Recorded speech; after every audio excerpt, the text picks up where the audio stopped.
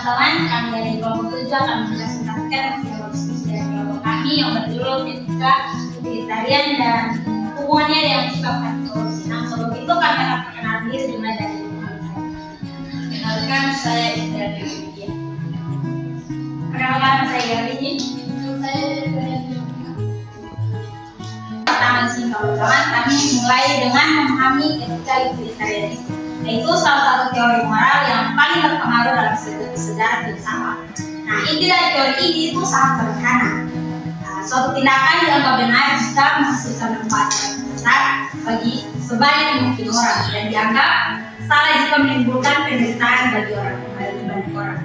Nah, teori ini itu sering digunakan dalam bidang hukum, kebijakan publik, ekonomi, bahkan dalam isu etika modern seperti hak asasi manusia dan keadilan sosial. Nah, yang kedua itu ada sejarah singkat dari tokoh utama. Nah, yang pertama, teori ini dikembangkan oleh Jeremy Bentham dan John Stuart. Nah, Bentham menegakkan prinsip kegunaan atau utility, yaitu upaya memaksimalkan kebahagiaan dan meminimalkan penderitaan.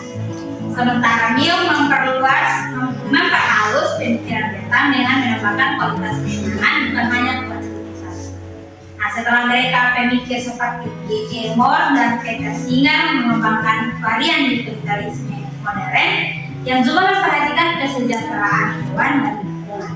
Nah, yang ketiga itu ada prinsip-prinsip utama utilitarisme. Nah, ada beberapa prinsip kunci dalam teori ini, yaitu yang pertama diantaranya prinsip kegunaan. Nah, dan prinsip kegunaan ini itu tindakan benar bila membawa manfaat. Nah, yang kedua, prinsip kebahagiaan terbesar. Nah, kebahagiaan untuk sebanyak mungkin orang. Yang ketiga itu ada konsekuensialisme, yaitu nilai moral diukur dari akibat bukannya. Yang keempat itu ada imparsialitas, yaitu semua orang dianggap sama dalam perhitungan moral. Yang kelima ada maksimalisasi, yaitu tindakan terbaik adalah menghasilkan manfaat terbesar. Nah, prinsip-prinsip ini itu yang menjadi dasar dalam menilai tindakan, termasuk dalam konteks anti korupsi. Selanjutnya akan dijelaskan oleh Baik, selanjutnya kita akan membahas tentang hubungan etika dan sikap anti korupsi. Etika merupakan pedoman moral manusia untuk berbuat baik, sementara korupsi adalah penyalahgunaan kekuasaan demi kepentingan pribadi. Jelas bertentangan dengan etika. Dalam konteks ini, sikap anti korupsi bisa dijelaskan melalui beberapa prinsip etika. Yang pertama ada utilitarianisme, di mana korupsi tidak etis karena hanya menguntungkan sedikit orang, tetapi merugikan masyarakat luas. Kemudian ada deontologi dari Kant yang menolak korupsi adalah kewajiban moral, kejujuran harus dijalankan tanpa syarat. Kemudian ada etika kebajikan, yaitu orang berkarakter baik tidak akan korup karena menjunjung nilai kejujuran dan tanggung jawab. Kemudian ada etika tanggung jawab, di mana kita harus bertanggung jawab terhadap tindakan kita bagi masyarakat dan kedaulatan mendatang. Jadi setiap bentuk korupsi sejatinya menyalahi semua prinsip hukum tersebut. Kemudian ada kasus nyata di UTT. Kami menganalisis kasus korupsi proyek irigasi YZ 1 di Kabupaten Manggarai, NTT. Proyek ini bernilai sekitar 3,8 miliar rupiah. Namun ditemukan banyak penyimpangan seperti penggunaan dokumen lama, pekerjaan tidak sesuai spesifikasi, dan laporan progres palsu.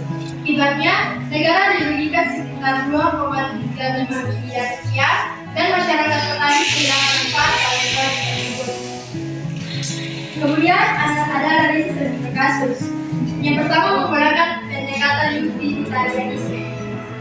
Seharusnya proyek ini membawa manfaat besar bagi ribuan petani, namun karena korupsi, manfaat itu hilang dan justru menimbulkan penderitaan. Dan masyarakat rugi serta pemerintah kehilangan kepercayaan publik dan keadaan sosial terganggu. Jadi secara utilitarian, tindakan ini tidak etis. Kemudian dengan pendekatan deontologi, pejabat publik seharusnya menjalankan amanah dengan jujur dan bertanggung jawab. Tapi dalam kasus ini, kewajiban moral diabaikan dari kepentingan pribadi. Artinya, tindakan tersebut melanggar prinsip moral integritas. Selanjutnya ada Baik, selanjutnya kita masuk pada bagaimana seharusnya beretika.